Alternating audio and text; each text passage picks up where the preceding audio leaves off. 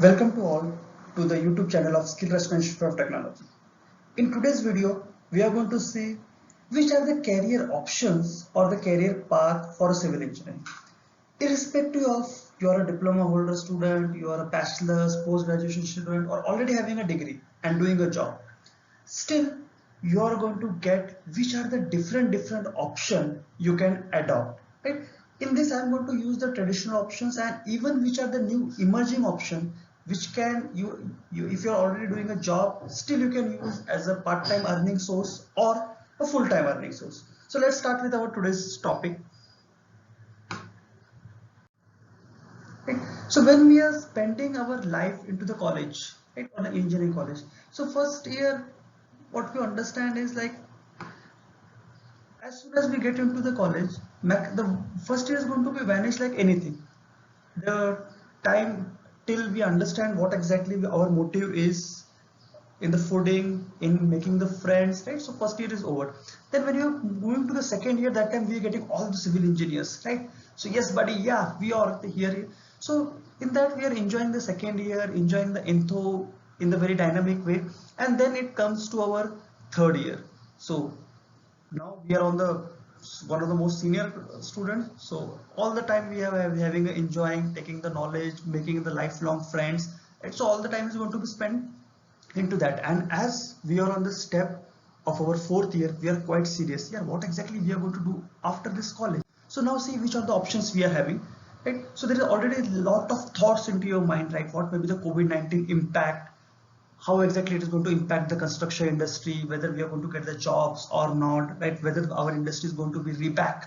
So let's see, let it sort out what are the different stuff we are having. The first option which we are having is about the government job, right? So when I'm discussing about the government job, there are various variations even in the government job. The first variation, which is the A category, that is the central government job, right? So in that we are having so many exams, or we are having so many platforms through which we can appear for a central government jobs, that is IAS, Indian Engineering Services, or Indian Administration Services, that is IAS, or Indian Forest Services, Indian Police Services, right? Central Public Work Departments, or even we can try for a Staff Selection Commission exam as a junior engineer, that is an entry position. Even for ESC, that is Engineering Service Examination, that is Assistant Executive Engineer, right? We are having much more flexibility of some of the organizations like Military Engineering Services, one of the most uh, dream job of many of the civil engineers. Then we are having a railways and central warehousing corporation. All these organizations, right, require civil engineer into their setup, right? So when we are talking about the first four, so you need to give for the UPSC exam, you can appear from there. CPWD, SSC, they're having their own examination conduct, right? So when we are saying we need to go for this central government jobs, we need to start preparing from our third year.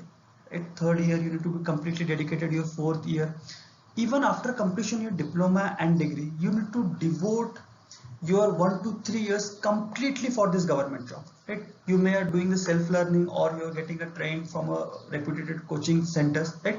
But believe me, this is the most demanded job into the market, right? So the proportion of selection is only 0.15 to 0.03 percentage, right? Means only in a lakh, around 100 to 150 persons are only getting selected. So we are understanding that if you are on the creamy layer, if you are having so much of talented, or you are passionate to get this government job and you are doing a lot of hard work, then only you can give a thought for this. So let's see what is the next option for the government job, that is a state government job. Now here the competition will be as compared to less, particularly for those states who are very new or not having that much of educational centers. So there your possibility of getting and the competition will be less as compared to the central government job. So here we will going to have an option of public work department, municipal corporations of the respective cities, right, or the some kind of a local government bodies. This also having a qualification that you can start after your diploma or the degree, right? Again you need to spend some of the preparation time, that is depends completely depend on your capabilities, but it ideally for any kind of a brilliant student also is going to take approximately 1 to 3 years of a preparation of the time. For this you need to make sure that you are having a tracking of all their websites, right? Let it be your municipal corporations or the local bodies, because you're going to get the actual job information from their website only whenever they are having a requirement. Third choice, but one of the best choice for all the civil engineers, that will be the defense job, right? So there is maybe different type of entry you can have for getting into the defense job for civil engineers. That first is university entry scheme. So that is basically short commission kind of a job. The duration of job varies from 10 years to 14 years, but this is having a very good facility. If you want to go for a complete till the retirement age, you can again reappear for that, or you can extend your tenure. Second is the CDS, Combined Defense Services, right? So they conduct the exam twice a year, so you can try from them. Only criteria that you should be having a good percentage into the fourth year, right? So that you can easily get the call from them for the interviews. Then there is a technical graduate course, TGC. Again, you can apply from their website, Army website. Right? Then Air Force Common Admission Test. Now they're also taking the civil engineers into their organization, so you can apply for that. So let's see which are the eligibility criteria for them. So when you're talking about a UES, you should be minimum third year or fourth year appearing of your civil engineering, so that you can apply for that. For CDS and TGC, technical graduate course, so you should be fourth year appearing or passed out student, or you're having a degree into your hand, then only you can able to do it. And for AFCT, you should be a degree holder into the civil engineering. That time you become eligible. The beauty of AFCT is that they don't require any kind of a percentage, right? But it's a very huge competition. You need to give the written exam, and then if you're going to clear, it is going to be the next steps. Now these are some of the jobs. Now let's talk about one more category into the government job, that is the public sector undertaking, right? There are so many organizations who is going to, those who are like a PSU's organization, they're also treated as a government job, right? So some of the organizations like ONGC, HPCL, BPCL, NTPC, BHEL, IOCL, ISRO, they are taking the civil engineers into their organization. So what is the criteria? What is the eligibility? If you're having a third year or in the fourth year, you need to give the GATE examination. Believe me, the toppers of the GATE examination get selected for PSU. Once, if you're having a very good ranking into the GATE, you will be called for a group discussion. After that, if you have got selected, you will go for a personal interview. And overall, if you're having a good rating score, definitely you can join the PSU. So that means for this, getting the PSU job, you should have a complete devotion and good in the technical knowledge, so that you are able to get good score into the GATE. But till now, when I'm talking about a government job, so it is for only those civil engineers, those who are having a very high technical knowledge or very devotional to their life, right? So then only you are able to crack the exams. We know that there is a huge competition into this sector. Now let's talk about the second sector, which is for everyone, from the top creamy layer to the last benchers to the medium knowledge persons, everyone. That is a private job, right? So currently, just like 1 decade before, there are only two options for a private job, private jobs for a civil engineer. One is they can join an infrastructure company, like for example the companies who are doing the work in road and highways, airport, railways, bridge and ports. Example like L&T, SCC, Shapoorji Pallonji, Simplex Infrastructure Limited. So all that companies are main role are playing into the infrastructure sector companies. There is one more sector in which you can work, is the real estate sector. The companies who are doing the residential projects or the commercial project, example DLF, Godrej Properties, Prestige Group or Mahindra Lifespace, they are purely playing the role into the real estate play. So you can join any of the two categories on a profile of, like, you can become a site engineer, planning engineer, quantity estimation or quality engineer. You can also become safety engineer if you're doing some kind of a post graduation with the safety. You can become a surveyor, even you can do the design, or you can become a consultant. Till now we are having only two types into the private sector, but from last 1 decade we are having one more category, right? That is a service or technology based companies. The companies or upcoming startups who are playing a very visual role into the commercial space, hotels or working space. I will give you the example so that you will get clear what exactly I'm talking about. You heard of a name like Oyo, Vista Rooms, Grab House, Genefi.